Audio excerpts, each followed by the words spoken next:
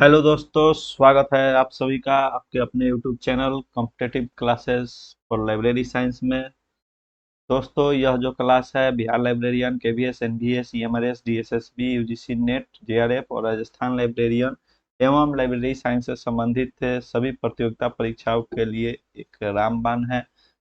दोस्तों, इस क्लास में दोस्तों आप सभी मेरे टेलीग्राम चैनल से जुड़ सकते हैं। ऊपर दिए हुए क्यूआर कोड के माध्यम से आप इसे स्कैन पर या डिस्क्रिप्शन में दिए हुए लिंक के माध्यम से आप हमारे टेलीग्राम चैनल से जुड़ सकते हैं और नीचे दिए हुए क्यूआर कोड के माध्यम से आप हमारे WhatsApp channel competitive classes for library science में जुड़ सकते हैं, जहां आपको क्लास की इंफॉर्मेशन, उसकी पीडीएफ एवं जो भी नई वैकेंसी जो कि लाइब्रेरी साइंस से संबंधित हो उसकी डिटेल्स आपको तुरंत उपलब्ध कराई जाती है। इसमें हम लोग पढ़ेंगे famous personalities of library and information science. Library से जो संबंधित फेमस पर्सनैलिटीज हैं उनमें हम लोग सर्वप्रथम मेलविल डेवी जी के बारे में पढ़ेंगे। तो मेलविल डेवी जी की बात करें तो इनका जो जन्म हुआ था, सर्वप्रथम तो हम लोग इनका जन्म पढ़ेंगे। तो इनका जन्म 10 दिसंबर 1851 ईस्वी को हुई थी और इनका जो डेथ हुआ था यानी मृत्यु जो हुई थी वह 1931 ईस्वी में हुई थी। इनकी मेलविल डेवी जो हैं इनका बहुत ही बड़ा ज़्यादा योगदान रहा है लाइब्रेरी साइंस के विकास में। और इनकी इतिहास की बात करें तो इन्होंने एमर्स्टन कॉलेज के पुस्तकालय में छात्र सहायक के रूप में सर्वप्रथम काम करते थे। एमहर्स्टन कॉलेज के जो पुस्तकालय हुआ करते थे वहां पे सर्वप्रथम इन्होंने काम किया है। और इनकी उपलब्धि की बात करें तो इन्होंने 1876 ईस्वी में एएलए, जिसे हम लोग अमेरिकन लाइब्रेरी एसोसिएशन के नाम से जानते हैं, इसकी स्थापना की थी। और ये जो मेलविल डेवी महोदय हैं वे 1876 ईस्वी से 1890 ईस्वी तक यहाँ पे सचिव के रूप में कार्यरत थे। और इन्होंने 1890 से 1893 ईस्वी तक के यहीं पे एएलए में यानी अमेरिकन लाइब्रेरी एसोसिएशन के अध्यक्ष के रूप में अपनी सेवाएं दी हैं।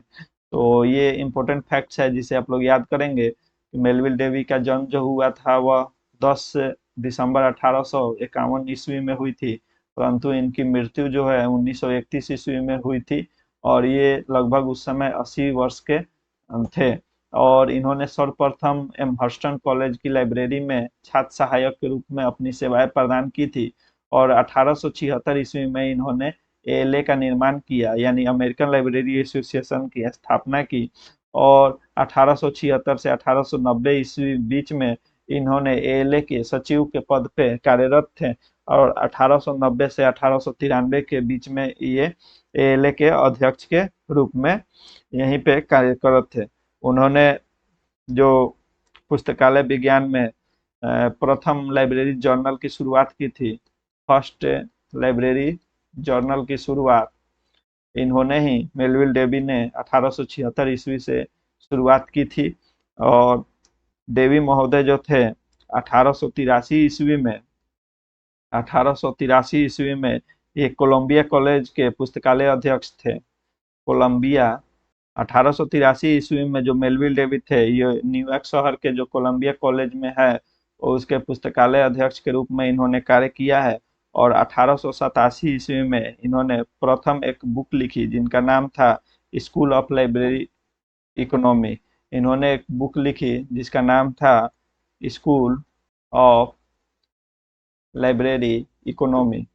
इन्होंने एक पुस्तक लिखी जिसका नाम था 1887 ईस्वी में इन्होंने लिखी है, जिस बुक का नाम है स्कूल ऑफ लाइब्रेरी इकोनॉमी की स्थापना इन्होंने की थी। और इनके और बारे में थोड़ा जानकारी हम लोग हासिल करें तो ये 1989 ईस्वी में 87 के बाद 1989 ईस्वी में न्यूयॉर्क स्टेट लाइब्रेरी के निदेशक के रूप में कार्यरत थे। न्यूयॉर्क स्टेट लाइब्रेरी के निदेशक के रूप में इन्होंने अपनी सेवाएं प्रदान करी थी। और मेलविल डेवी की उपलब्धि जो है के देखते हुए इन्हें पुस्तकालय के आधुनिकीकरण का जनक भी कहा जाता है। और इन्होंने लाइब्रेरी ब्यूरो नामक संस्था की भी स्थापना की थी। लाइब्रेरी लाइब्रेरी ब्यूरो नामक संस्था का इन्होंने स्थापना की थी। और मेलविल डेवी ने 1895 ईस्वी में लेक प्लेसिड क्लब की lake Placid lake Placid club की स्थापना की थी। तो ये फेमस पर्सनैलिटीज में सबसे प्रथम हम लोगों ने मेलविल डेवी के बारे में पढ़ा, जिसमें इनका जन्म 10 दिसंबर 1851 ईस्वी को हुई थी और इनकी मृत्यु जो है 1931 ईस्वी में हुई थी। और इन्होंने सर्वप्रथम अपनी सेवाएं एमहर्स्टन कॉलेज लाइब्रेरी में दी थी और 1876 ईस्वी में इन्होंने अमेरिकन लाइब्रेरी एसोसिएशन की स्थापना की थी। और इन्होंने ही 1876 से 1890 ईस्वी में एएलए के सचिव के पद पर कार्यरत रहे हैं और 1890 से 1893 के बीच में ये अध्यक्ष के रूप में कार्यरत थे।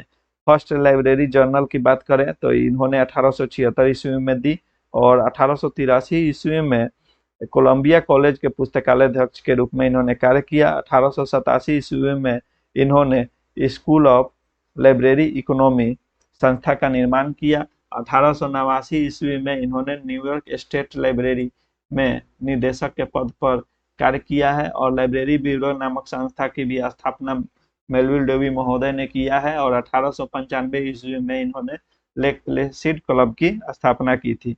तो ये कुछ महत्वपूर्ण फैक्ट्स थी जो कि हम लोगों ने अभी मेलविल डेवी महोदय के बारे में पढ़ा। और इसी कड़ी में हम लोग आगे डॉक्टर एस आर रंगनाथन महोदय के बारे में कुछ पढ़ेंगे। तो सर्वप्रथम डॉक्टर एस आर रंगनाथन महोदय की बात करें तो इनका जो जन्म हुआ वह तमिलनाडु में हुआ था। और सर्वप्रथम इनका जन्म की बात करें तो 12 अगस्त 1892 ईस्वी में इनका जन्म हुआ था, जो कि सियाली मद्रास में हुआ करता था। मद्रास में सियाली नामक जगह में इनका जन्म हुआ। कहीं कहीं पे 9 अगस्त भी आपको इनका जन्म देखने को मिलेगा, परंतु जो ऑफिशियल जो कि सर्टिफिकेट में है वह 12 अगस्त 1892 ईस्वी है। इसीलिए हम लोग 12 अगस्त 1892 ईस्वी एस आर रंगनाथन जी का जन्म मानते हैं। और इसी दिन हम लोग लाइब्रेरियन डे मनाते हैं। और इनकी मृत्यु की बात करें तो इनकी मृत्यु 27 सितंबर 1972 ईस्वी में मृत्यु जो हुई रंगनाथन महोदय की वह 27 सितंबर 1972 ईस्वी में हुई थी। और इनके कुछ प्रमुख कार्य के बारे में हम लोग पढ़ेंगे विस्तार से यहाँ पे। तो सर्वप्रथम हम लोग बात करें तो ये इन्होंने 1913 ईस्वी में बीए किया है और 1916 ईस्वी में इन्होंने एमए की उपाधि हासिल की थी। और इनके जो गुरु थे वे थे एडवर्ड बी रॉस। इनके जो गणित के गुरु थे उनका नाम था एडवर्ड बी रॉस। और इन्होंने 1913 में सर्वप्रथम अपनी शैक्षणिक जो क्वालिफिकेशन थी उनमें इन्होंने स्नातक पास की और फिर परास्नातक जो कि मास्टर ऑफ आर्ट्स से मैथ से इन्होंने किया है 1916 ईस्वी में की थी। और इन्हें 1917 ईस्वी में ये 1917 ईस्वी में कोयम्बटूर में एक विद्यालय थे जिसमें उन्होंने शिक्षक के रूप में कार्य किया। और इन्हें जो मद्रास में गवर्नमेंट कॉलेज कोयम्बटूर है 1924 ईस्वी में एस आर रंगनाथन महोदय को, मैं ईयर वाइज बता रहा हूँ ताकि आप सभी को पढ़ने में कोई तकलीफ ना हो। जैसे कि 1913 ईस्वी में इन्होंने बीए की डिग्री हासिल की, 1916 में एमए की हासिल की और इनके गुरु का नाम एडवर्ड बी रॉस था। 1917 ईस्वी में कोयम्बटूर में इन्होंने मैथ के टीचर के रूप में कार्य किया था। और पुनः इन्हें मद्रास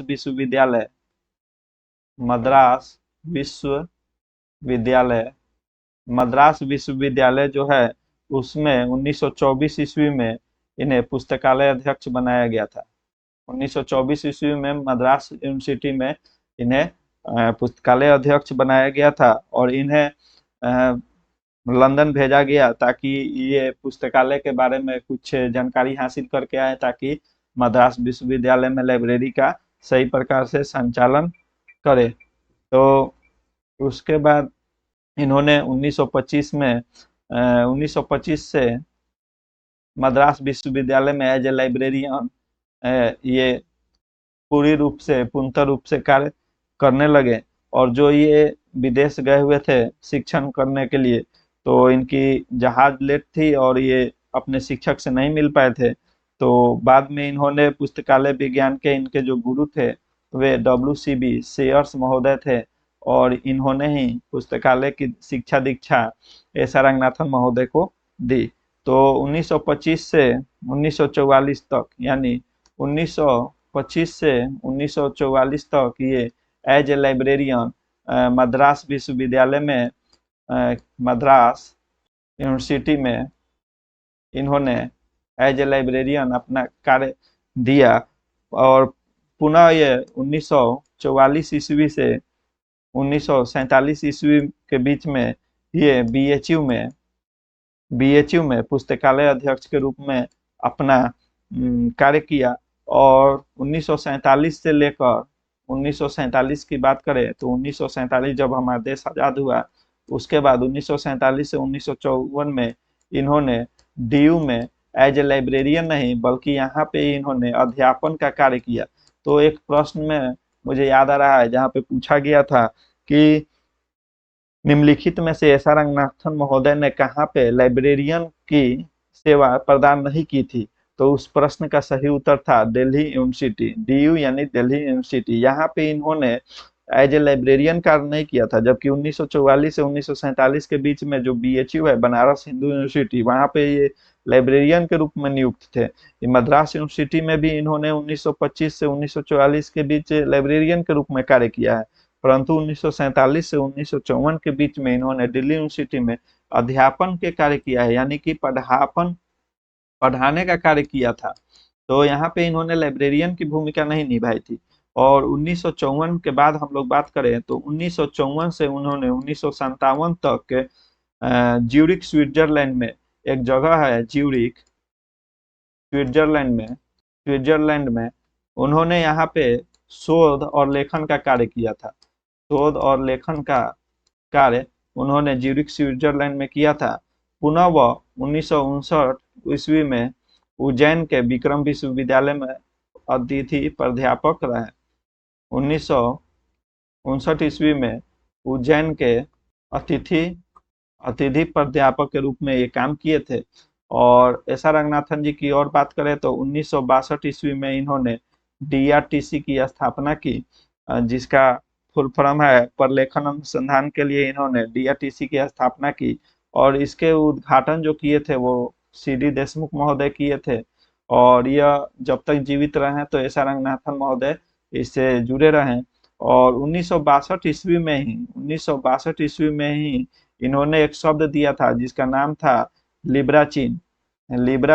इसका मतलब होता था मोबाइल लाइब्रेरी के लिए उन्होंने लिब्राचीन शब्द का प्रयोग किया था 1962 ईस्वी में, जिसका मतलब होता था लाइब्रेरी ऑन व्हील।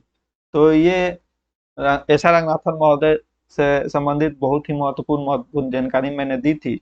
और इन्हीं सब उपलब्धियों को देखते हुए सन 1957 ईस्वी में भारत सरकार ने इन्हें पद्म श्री से सम्मानित किया था। तो ये प्रमुख कुछ फैक्ट्स थे। एक फैक्ट्स और मुझे याद आ रहा है जो कि 1965 ईस्वी में इन्हें राष्ट्रीय शोध प्राध्यापक, भारत सरकार द्वारा राष्ट्रीय शोध प्राध्यापक के रूप में घोषित किया गया था। तो यह भी प्रश्न DSSB में पूछा गया था कि एस.आर. रंगनाथन महोदय को कब राष्ट्रीय शोध प्राध्यापक के रूप में नियुक्त किया गया था, या घोषणा मतलब की गई थी, नियुक्त तो नहीं किया गया था, उनको घोषित किया गया था कि ये राष्ट्रीय शोध प्राध्यापक हैं। तो यह 1965 ईस्वी में किया गया था। अब दोस्तों मैं इनसे जुड़ी कुछ महत्वपूर्ण जो बुक्स हैं एस.आर. रंगनाथन महोदय के, ये मैं आप सभी के लिए PDF फॉर्म में लाया हूँ, जिसे आप सभी देख सकते हैं। सर्वप्रथम एस.आर. रंगनाथन महोदय ने the 5 laws of library science दी थी, जो कि 1928 ईस्वी में इन्होंने लिखी थी, परंतु जो पब्लिश हुई थी वह 1931 ईस्वी में पब्लिश हुई थी। तो इसे आप सभी याद रखेंगे। फिर कोलन क्लासिफिकेशन इन्होंने दिया, तो वर्गीकरण के क्षेत्र में तो ये जो है 1933 ईस्वी में दिया गया था। और क्लासिफाइड कैटालॉगिंग कोड की बात करें तो 1934 ईस्वी में 1934 ईस्वी में क्लासिफाइड कैटालॉगिंग कोड दिया गया था। और क्लासिफाइड कैटालॉगिंग कोड की बात करें तो इसमें याद रखिएगा कि इसके कई संस्करण आए थे। तो सर्वप्रथम तो 1934 ईस्वी में प्रथम संस्करण आया था, परंतु द्वितीय जो संस्करण था वह 1945 ईस्वी में आया था। और थर्ड संस्करण जो था CCC, याद रखेंगे आप लोग, ट्रिपल सी मैं बोल रहा हूँ, को क्लासिफाइड कैटालॉगिंग कोड का जो प्रथम संस्करण आया था वो 1934 ईस्वी में पब्लिश हुई थी। दूसरा संस्करण 1945 ईस्वी में पब्लिश हुई थी। पुनः 6 वर्ष के बाद 1951 ईस्वी में थर्ड संस्करण प्रकाशित हुई थी। और उसी प्रकार से चौथा जो संस्करण था वह 1958 ईस्वी में प्रकाशित हुई थी। और 1958 के बाद 1964 ईस्वी में पांचवा संस्करण उपलब्ध प्रकाशित की गई थी। तो ये CCC की 5 संस्करण जो था, जो कि 1934 ईस्वी में सर्वप्रथम प्रकाशित की गई थी, और फिर पुनः 1945, 1951, 1958 और 1964। तो इसे भी याद रखेंगे, कहीं कहीं क्रम में सजाने के लिए पूछ ली जाती है, अथवा पूछ ली जाएगी कि ट्रिपल सी की चौथा संस्करण कब दिया गया था ऐसा रंगनाथन महोदय द्वारा। उसी प्रकार सीसी की बात करें तो कोलन क्लासिफिकेशन जो 1933 ईस्वी में आई थी, यह उसका प्रथम संस्करण था। दूसरी संस्करण की बात करें तो दूसरी संस्करण 1939 ईस्वी में आई थी। और तृतीय संस्करण 1950 ईस्वी में सीसी की आई थी। जबकि चौथा जो संस्करण है वह 2 साल बाद 1952 ईस्वी में देखने को मिली। और जो इसके पांचवा संस्करण थे यह 1957 ईस्वी में आई थी। और जो इसके छठा संस्करण थे 1960 ईस्वी में छठा संस्करण आए थे। और छठा संस्करण का ही एक रिवाइज एडिशन आया था जो कि 1963 ईस्वी में आई थी। और इसमें टाइम के लिए एपोस्ट्रोफिस का प्रयोग किया जाने लगा था। तो ये सिक्स्थ का रिवीजन एडिशन था।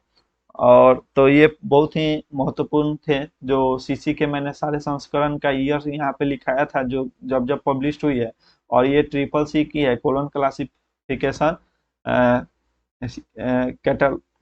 क्लासिफाइड कैटालॉगिंग कोड की ये पांचों संस्करण है। और ये कोलन क्लासिफिकेशन के टोटल 6 संस्करण, और उसके जो लास्ट सिक्स्थ का एक रिवीजन एडिशन है। उसके बाद नील मेघनन और महोदय द्वारा मिलकर एक 7वां संस्करण भी लाया गया था। तो ये कुछ प्रमुख जो चीजें थी वो मैंने आप सभी को लिखवा दी है यहाँ पे। उसके बाद हम लोग नेक्स्ट पुस्तक की चर्चा करेंगे। तो इसे आप सभी, आशा करता हूँ, नोट कर लिए होंगे, और नहीं तो आप सभी पुनः पीछे जाकर नोट कर सकते हैं। और आगे हम लोग बात करें तो prolegomena to library classification S R. Ranganathan महोदय की किताब है जो कि 1937 ईस्वी में दी गई थी। और यहाँ पे फर्स्ट संस्करण 1937, सेकेंड 1957 और थर्ड 1967 यहाँ पे लाइन से दिया हुआ है, जिसे आप लोग याद कर लेंगे 1937, 1957, 1967। उसके बाद हम लोग बात करें तो classification and communication SR. Ranganathan ने ही दिया था, और यह 1951 ईस्वी में दी गई थी। इसका शुरू शुरू में आप सभी इस पीडीएफ का एक स्क्रीनशॉट ले लेंगे, और इनकी सारी जो महत्वपूर्ण पुस्तकें हैं उसे आप सभी याद कर लेंगे। फिर डॉक्यूमेंटेशन जेनेसिस एंड डेवलपमेंट उन्होंने 1973 ईस्वी में दी थी। डॉक्यूमेंटेशन एंड इट्स फैक्ट्स उन्होंने 1963 ईस्वी में दी थी। जबकि रिफरेंस सर्विस की बात उन्होंने 1961 ईस्वी में की थी। और 1962 ईस्वी में यहाँ पे याद रखेंगे डीआरटीसी की स्थापना की थी। इस प्रकार से आप सभी पढ़ेंगे, एक पहलू को दूसरे पहलू से जोड़कर पढ़ेंगे तो बहुत इंटरेस्टिंग भी लगेगी और आप सभी को याद भी रहेगा। लाइब्रेरी बुक सिलेक्शन नेक्स्ट है, जो कि इन्होंने 1952 ईस्वी में दी थी, इस पुस्तक को लिखी थी। और फिर लाइब्रेरी बुक सिलेक्शन का सेकेंड एडिशन था वह 1966 ईस्वी में आया। तो ये फर्स्ट एडिशन पूछ लिया जाए कि लाइब्रेरी बुक सिलेक्शन का कब आया था तो 1952 ईस्वी में। सेकेंड एडिशन कब आया था तो 1966 ईस्वी में। उसी प्रकार आपसे पूछ लिया जाए कि फिलोसफी ऑफ लाइब्रेरी क्लासिफिकेशन कब दिया गया, कब ये पुस्तक लिखी गई थी एस.आर. रंगनाथन महोदय की, तो 1951 ईस्वी में लिखी गई थी। लाइब्रेरी एडमिनिस्ट्रेशन इन्होंने 1935 ईस्वी में लिखा है। और लाइब्रेरी मैनुअल जो है वह जो 1951 ईस्वी में प्रकाशित की गई थी। और Ramanujan the man and the mathematician जो था वह 1967 ईस्वी में प्रकाशित हुई थी। जबकि suggestion for the organisation of libraries in India जो है वह 1946 ईस्वी में प्रकाशित की गई थी। और हेडिंग एंड कैनन जो है 1955 ईस्वी में प्रकाशित हुई थी। A library looks books and autobiography of doctor S R Ranganathan का है, जो कि एडिटर इसके पीएन कोला महोदय थे। तो यह पुस्तक भी 1992 ईस्वी में प्रकाशित हुई थी। और कोलन क्लासिफिकेशन का जैसे मैंने पहले एक्सप्लेन किया था 6 एडिशन तक, तो यहाँ भी दिया हुआ है, आप लोग इसे याद कर लेंगे। सर्वप्रथम एडिशन 1933 में आई थी, सेकेंड 1939, थर्ड 1950, फोर्थ 1952 और फिफ्थ 1957 और सिक्स्थ 1960। और इसी का एक रिवाइज एडिशन आया था जो कि 1963 ईस्वी में आई थी। और इसमें रंगनाथन महोदय ने जो PMEST दिया हुआ है, जैसा कि आप लोग कभी पढ़े होंगे और मैं आगे नहीं तो पढ़ाऊंगा भी। P से पर्सनैलिटी, M से मैटर, E से एनर्जी, S से स्टेट और T से टाइम। तो ये जो होता है तो टाइम के लिए उन्होंने जो प्रयोग किया था वह एपोस्ट्रोफी का प्रयोग 1963 ईस्वी से ही किया जाता है। तो यह कुछ ऐसा रंगनाथन महोदय की प्रमुख पुस्तकें थी जिसकी चर्चा हम लोगों ने की। फिर अब हम लोग उन्हीं की जो पर्सनैलिटीज है, जो प्रमुख पर्सनैलिटीज है उसके बारे में जैसा कि हम लोग पढ़ रहे थे, तो अब हम लोग CA कटर महोदय के बारे में कुछ जानकारी पढ़ेंगे कि इनकी लाइब्रेरी साइंस में क्या अहमियत है। तो CA कटर महोदय का जो जन्म है वह 14 मार्च 1837 ईस्वी को हुई थी। और जो मृत्यु है इनकी, अ, ये आप सभी गूगल सर्च करके बताएंगे, क्योंकि मुझे भी अभी याद नहीं आ रही है। तो इनका जन्म जो है वह तो 14 मार्च 1937 को हुई थी, परंतु मृत्यु का डेट अभी याद नहीं आ रहा है। मैं बाद में बता दूंगा या आप भी गूगल सर्च करके मुझे बताइएगा। देखिए, इनकी बात करें तो इन्होंने पुस्तकालय विज्ञान में सबसे पहला एक doctor Ezra Abbott Ezra Abbott थी, जो कि एक कैटलॉगर हुआ करती थी। इनके सहायक के रूप में इन्होंने सर्वप्रथम CA कटर ने काम किया। फिर ये एथनम लाइब्रेरी के लाइब्रेरियन बने 1868 ईस्वी में। 1868 ईस्वी में ये एथनम लाइब्रेरी के लाइब्रेरियन के रूप में इन्होंने कार्य किया। और 1868 ईस्वी के बाद इन्होंने 1876 ईस्वी में इन्होंने एक रिपोर्ट प्रकाशित की थी जिसका नाम था a rules for a dictionary catalogue. 1876 के बाद जो CA कटर महोदय थे वो 1891 से 1893 तक लाइब्रेरी जर्नल के संपादक के रूप में कार्य किए। लाइब्रेरी जर्नल के संपादक के रूप में कार्य की थी। और इन्होंने एक लेख लिखा था, इनका जो मशहूर लेख था उनका जो नाम था the buffalo public library in 1983। दी जो CA कटर महोदय थे इनके एक प्रमुख लेख थी जिसका नाम था the buffalo public library in 1983। वैसे ही CA कटर ने 1876 ईस्वी में, जैसा कि मैंने बताया था कि एक लेख लिखी थी, उसमें इन्होंने rules for a dictionary catalogue लिखा था। और इन्हीं सभी योगदान के कारण इन्हें CA कटर महोदय को फादर ऑफ डिक्शनरी कैटलॉग कहा जाता है। तो अगर आपसे पूछा जाए कि फादर ऑफ डिक्शनरी कैटलॉग किसे कहा जाता है, तो वह CA कटर महोदय को कहा जाता है। और इन्होंने एक्सपेंसिव क्लासिफिकेशन 1891 ईस्वी में ही इन्होंने एक्सपेंसिव क्लासिफिकेशन का निर्माण किया था। तो ये भी आप लोग याद कर लेंगे। और CA कटर महोदय ने वर्गीकरण के लिए 3 फिगर ऑर्थर टेबल का भी निर्माण इन्होंने किया है। 3 फिगर ऑर्थर टेबल का निर्माण अगर पूछा जाए तो CA कटर महोदय ने ही किया था। और ये इनकी कुछ प्रमुख कार्य थी। तो सर्वप्रथम हम लोग पढ़े तो CA कटर का जो जन्म था वह 14 मार्च 1837 ईस्वी को हुई थी। और सर्वप्रथम इन्होंने डॉक्टर एजरा एबॉट, जो कि एक कैटालॉगर हुआ करती थी, इन्हीं के सहायक के रूप में इन्होंने कार्य किया है। 1868 ईस्वी में एथनम लाइब्रेरी में प्रमुख लाइब्रेरियन के रूप में इन्होंने कार्य किया है। और 1876 ईस्वी में इन्होंने a rules for a dictionary catalogue, 1891 से 1893 के बीच में इन्होंने लाइब्रेरी जर्नल के संपादक के रूप में कार्य किया है।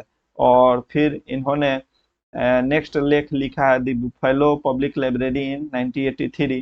तो ये लेख इन्होंने 1983 में लिखी है। फिर फादर ऑफ डिक्शनरी कैटालॉग, इन्हें इन्हीं सब जो इनके योगदान थे, इन सभी इनके योगदान, सी ए कटर महोदय के योगदान को देखते हुए इन्हें फादर ऑफ डिक्शनरी कैटालॉग के उपाधि से जाना जाता है। फिर 1891 ईस्वी में एक्सपेंसिव क्लासिफिकेशन इन्होंने दिया था, और इन्होंने ही क्लासिफिकेशन के रूप में थ्री फिगर ऑथर टेबल का भी निर्माण किया है। तो दोस्तों, अभी तक हम लोगों ने पढ़ लिया एस आर रंगनाथन के बारे में, सी ए कटर महोदय के बारे में, और उससे पहले हम लोगों ने पढ़ा मेलविल डेवी महोदय के बारे में। आगे हम लोग पढ़ेंगे बी एस केशवन महोदय के बारे में। फिर इसके बाद हम लोग पढ़ेंगे अयंकी वेंकट रमन्या के बारे में। उसके बाद हम लोग पढ़ेंगे अयंकी वेंकट रमन्या के बारे में प्रोफेसर एस बसरी दीन के बारे में। उसके बाद हम लोग पढ़ेंगे पी एन कौला के बारे में। उसके बाद हम लोग फिर से पुनः पढ़ेंगे एक बार सियाजीराव गायकवाड़ तृतीय के बारे में। और फिर हम लोग पढ़ेंगे मास्टर मोतीलाल जी संघी के बारे में। उसके बाद फिर हम लोग पढ़ेंगे के एम असदुल्ला के बारे में। तो ये जो पर्सनैलिटीज है, उसके बाद हम लोग डब्ल्यू सी बी शेयर्स के बारे में भी पढ़ेंगे। और उसके बाद हम लोग पॉल आउटलेट और हेनरी ला फाउंटेन के बारे में अध्ययन करेंगे। उसके बाद कुछ प्रमुख पुस्तकों के बारे में भी जानकारी हम लोग हासिल करेंगे। तो दोस्तों, ये क्लास बहुत ही लंबा हो रहा है, तो इसको हम लोग दो भागों में पढ़ते हैं। आज का भाग हम लोग यहीं पे समाप्त करते हैं, और अगले क्लास में हम लोग पुनः इससे आगे हम लोग अपना पढ़ाई जारी रखेंगे। तो थैंक यू दोस्तों, थैंक यू अभी तक मेरे साथ बने रहने के लिए।